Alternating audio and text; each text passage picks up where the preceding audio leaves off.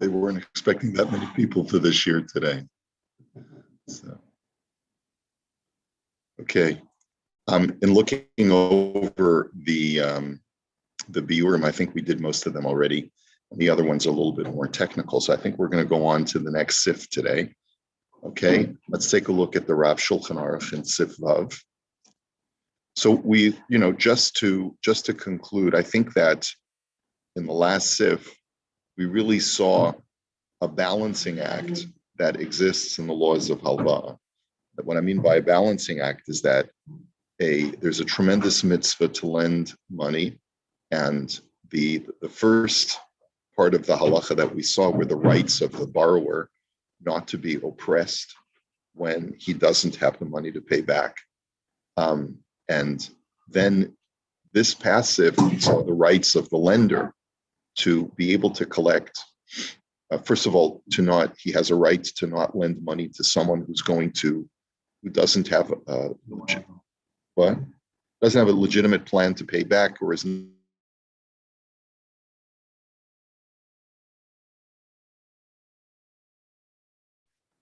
he also has a right not lend money to a person who's going to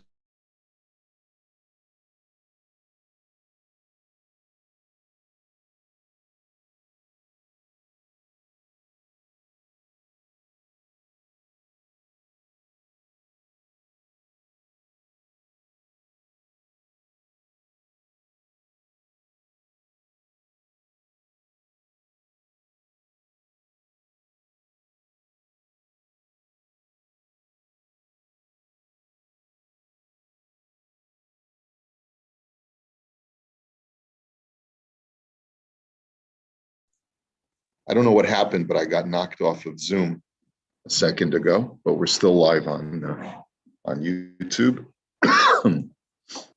Okay.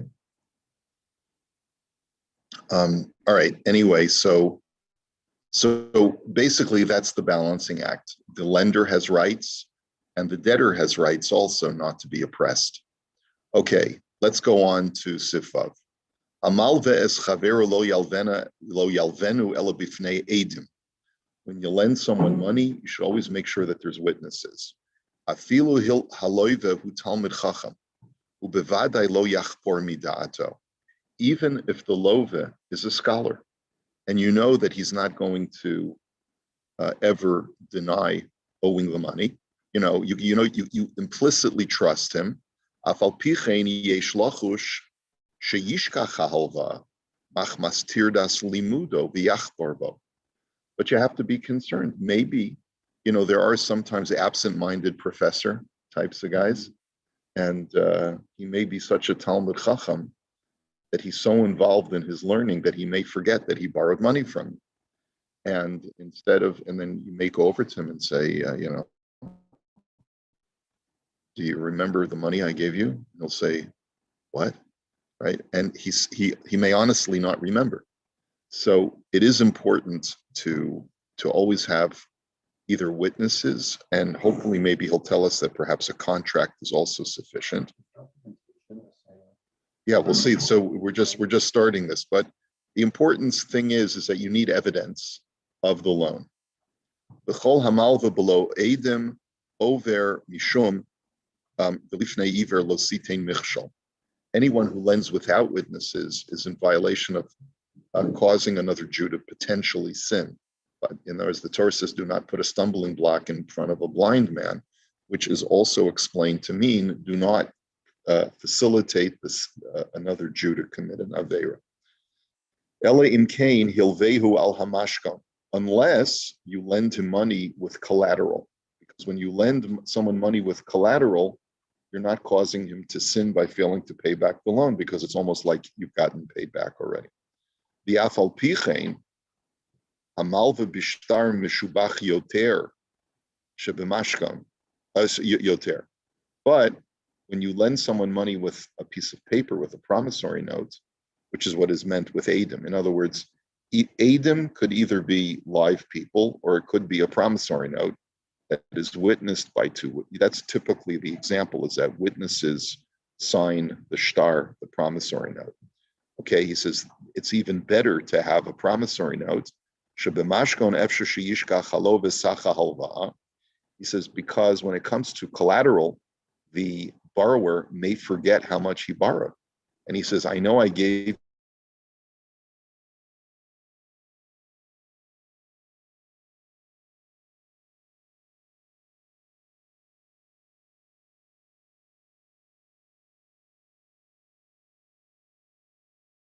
egg. The guy says, no, you borrowed 18,000, don't you remember?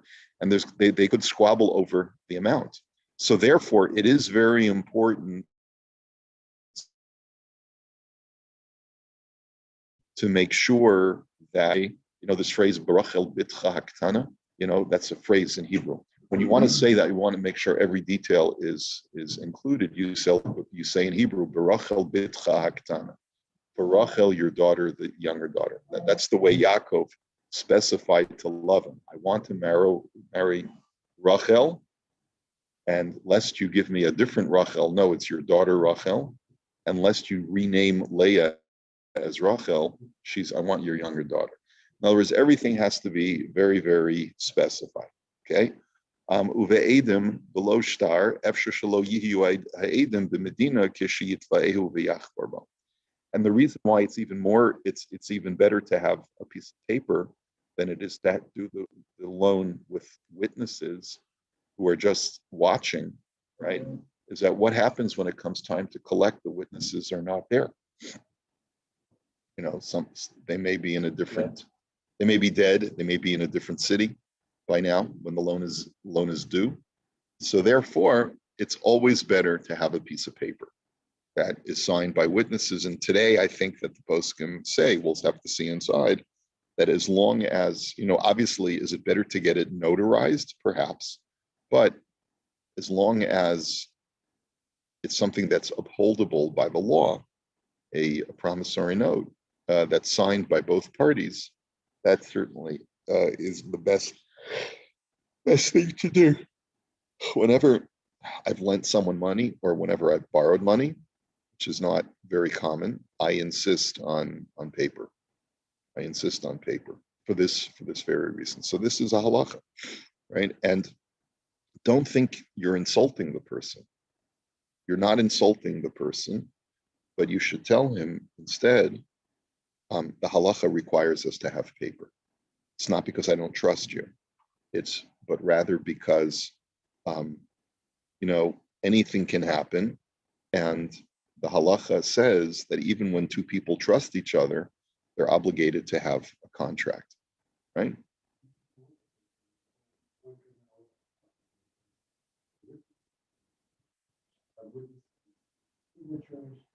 Oh, in ksuvas, yeah.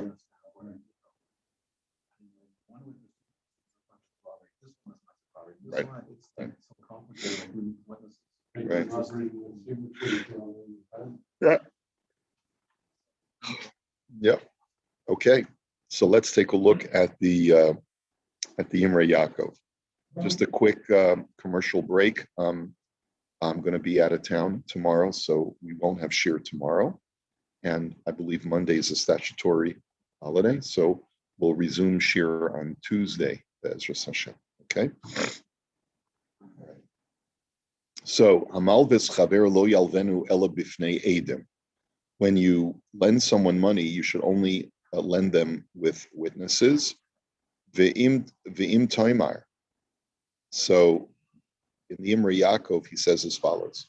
Here's the question: V'chi im yalvehu be'edim ma yoel harei yachol lomar parati. In other words, maybe you could argue of what benefit is a loan with witnesses if the guy could always claim I paid you back. This is a Gemara question. So this appears in the Gemara, this question. The Kaimalon, Hamal v'chaveru be'edim ein sarech leparo be'edim, because we paskin that if you lend someone money with witnesses, you don't have to pay them back with witnesses. The Yesh Lomar, the Beleka Edim, Ika Lamecha, Shiyoyes Panav Negdo, V'yomer Lo Livisi. He says it helps at least to a certain degree if there are witnesses, because at least he won't have the chutzpah to say, I never borrowed money from you. Aval keshehilveyu be'edim de'enu yachol lichbor al halva leka lamecha shbahachi. He says, but when you lend someone money with witnesses, where you know for sure the guy can never say, I never borrowed money from you, you don't have to worry as much that he's going to have chutzpah to say, I paid you back when he clearly didn't. V'yesh omrim da'af be'edim ein lahalvos ela b'derech sheyeh lo yehi biyado lomar parati. Kigon she'omer lo al tifreini ela b'fnei ploni uploni.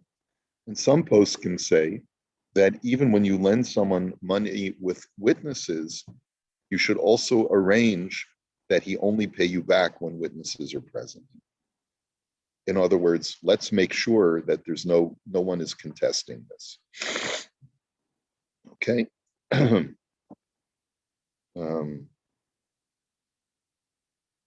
Eidim, Ayin Lakaman Sim Yud Gimel Sif Yud, the Hamalvis Chavero Be'edim, Lo Yichtavu Edusam, V'yitnu Lamalva, Shalom Midas, Aloiva, Ayin Sham. He says that we'll see later on that when you lend someone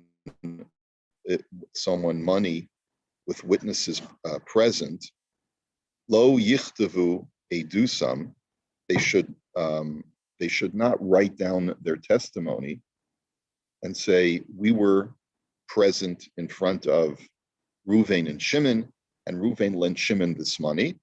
Shalom das halova. In other words, they shouldn't write this down without first notifying both parties that they are writing down their testimony. And the reason is because both parties, both the lender and the borrower, are entitled to know that the witnesses are writing down their testimony and presenting it to the creditor, to the lender. And we'll see why later on, but this is just a side issue, that everything has to be completely transparent whenever doing a transaction of this case. Number one, it has to be recorded. And number two, both the lender and the borrower have to be completely privy to every detail of the transaction and the recording of the transaction. If we take a quick look Rabbi, can I ask you to put up the text, please? I am so sorry. You know what happened is that here we go. The internet. Thank you. The internet failed for a couple of seconds, and it had to start it up again. So that's why you didn't see it. Sorry. Okay.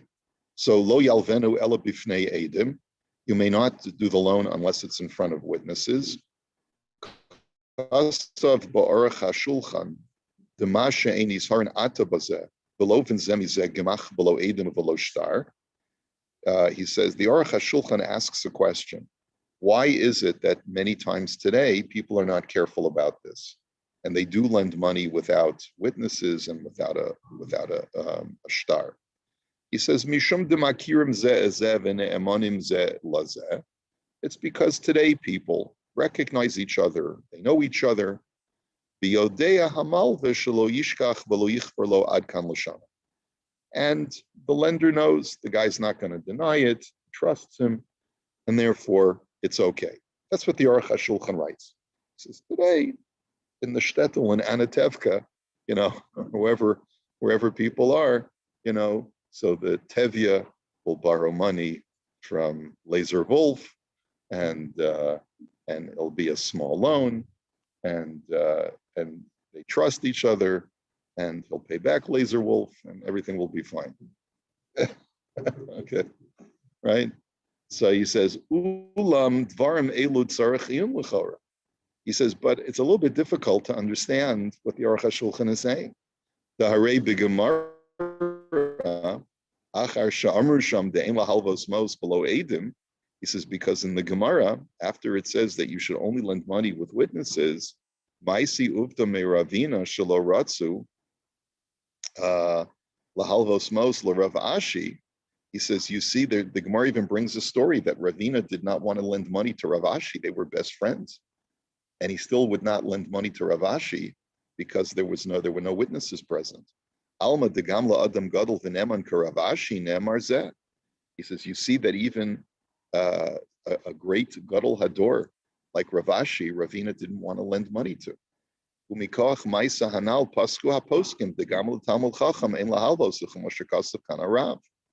He says, and you see that's why the Rav Shulchan Aruch says that even if you're lending money to a great Talmud Chacham, could be the Gadol Hador, you still have to have witnesses to the transaction, because maybe the man will simply forget.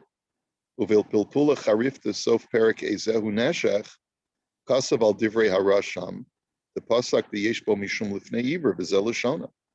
He says, and the pilpula charifta, which is a commentary on the Rush, he writes that if you don't have witnesses, you're over on the mitzvah of lifnei iver lo sitein mitchell. Don't place a stumbling block before someone. And he brings the Gemara Reish Lakish Amar Gorim Klal La'atzmo. And Reish Lakish says you cause a curse to befall you. Umidalo Amar Af Gorim Shmamina Delo Svirle LaReish Lakish Hachta Lifnei Iver. The time a disover Delo Amar Torah Ella HaIver Ba'osa Shoshen Osin Lefanav HaMishal Kapashta Dekra. Chain Ravina Delo Ratza Lahavos LaRavashi Below Edim Amar Le Degorim Klal La'atzmo Below Amar Lifnei Iver. So there's some discussion about whether you actually are violating lifnei iver or whether you're bringing a curse on yourself. Some people say it's not an isser of lifnei iver because right now you're not causing him to sin. You're causing him to sin potentially in the future, but not right now. But in either event, it's either lifnei iver or it's a curse. Meha ikala mishma de Hilchos hachi, the haravina basrahu. But the bottom line is that you see that this is the halacha, that you cannot lend someone money without witnesses, because Ravina was a latter-day Amora. In other words, he was one of the completers of the last generation of Shas. The nafkamina iahu gavra boy lamekam the goyim klala de lo hava over al divrei chachamim val ze efser shesamchu holam shemedaktikim bekach kach nirali liyashiv minhaga. So the Pilpula Charifta says that maybe you're not doing something wrong if you just cause someone a curse instead of being over on lifnei iver. The point that he's trying to make is that if both parties agree that they're not concerned about a curse, then it could be that it's permitted. Aval Rabbeinu v'gam harif hishmitu l'deravino mistaber shesparasam l'tzokarav u'dereish lakish lahosif ba ad kan devarav. But the Rush and the Rif leave out the story of Ravina, and they seem to imply that sometimes it is permissible to lend someone money without witnesses if both parties consent to that. So what you see from this text of the Pilpula Charifta is that even though he's trying to reconcile or try to what's called the Malamed Zchus, to defend the practice of some people to lend money without witnesses, he says, Mikol makom kasav de mehaposkem marif harash v'chein meharamba muchach delo kidvarav. But you see, not that way. You see that all of the Rishonim bring that a person is obligated, and that to the point being is that even Ravina would not lend money to Rav Ashi unless there were witnesses present. So how could the Aruch HaShulchan say that it's okay, we know each other, it's not necessary? And that's the reason why the minhag is for people not to be careful about this. So I want to just, I don't want to go through the whole thing.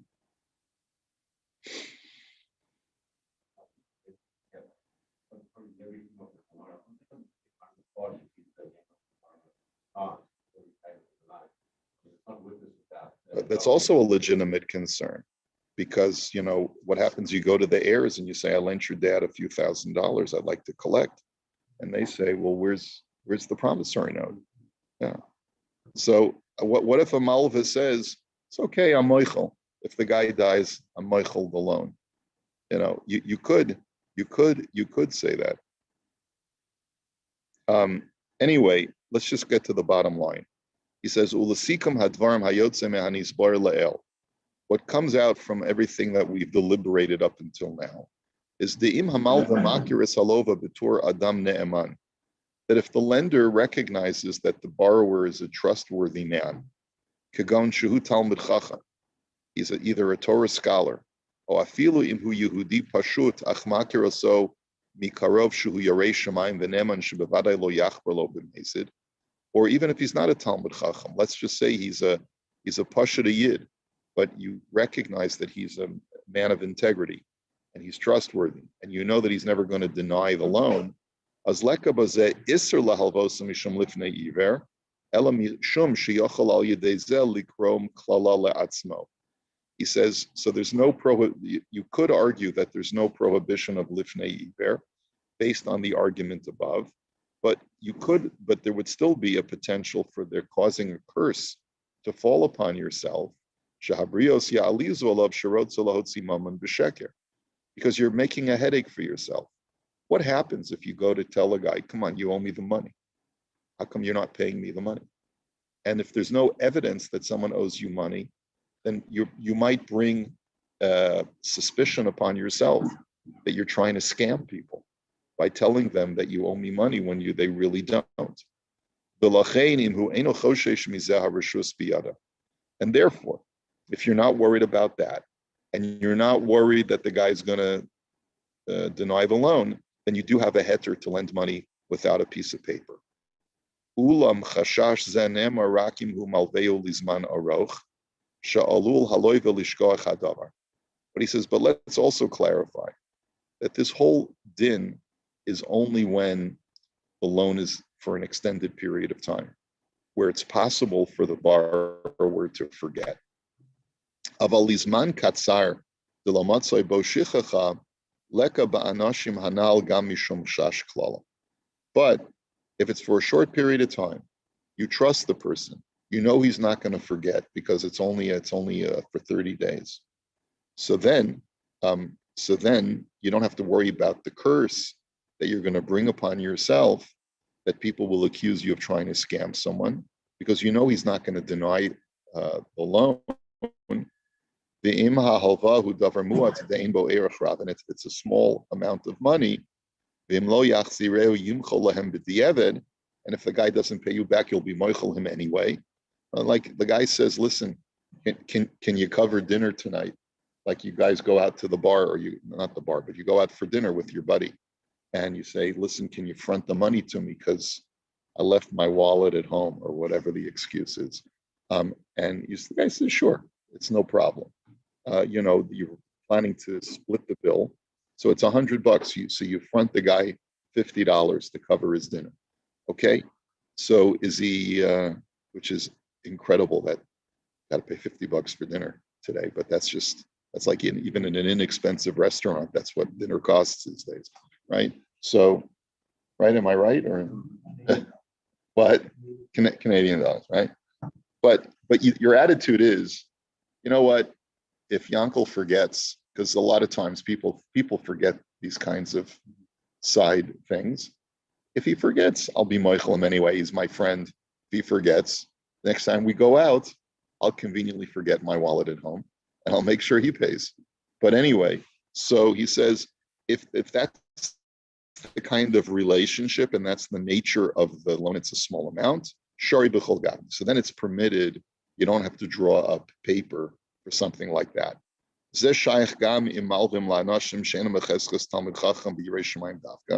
And then it's permitted even if the person is not a Talmud Chacham and is not a God-fearing person, because you know that in the event that he doesn't pay me back, so I'll be moichel it.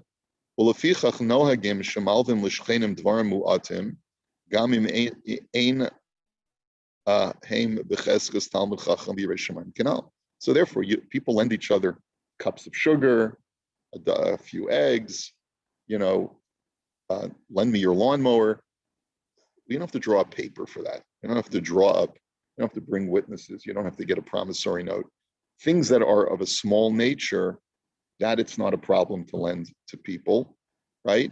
But when it comes to a larger loan, even if the person is your friend, you definitely should draw up paper. And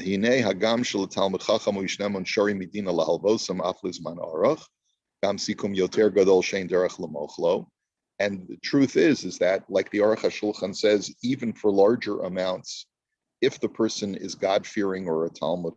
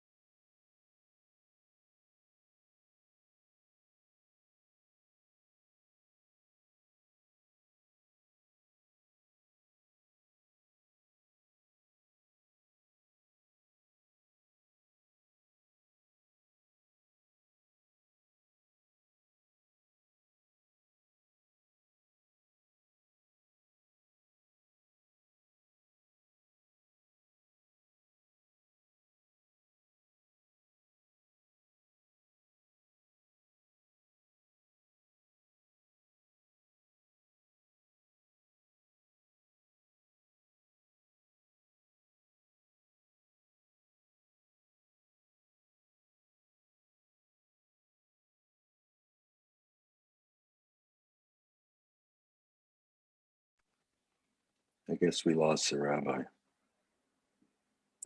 Yeah, yes.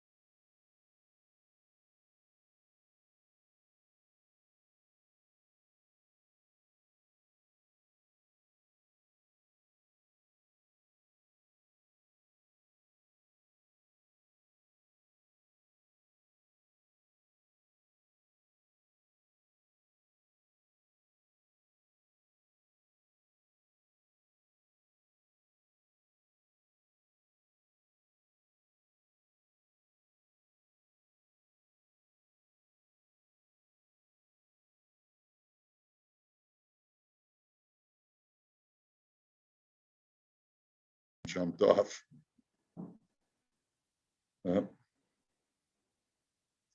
Very strange.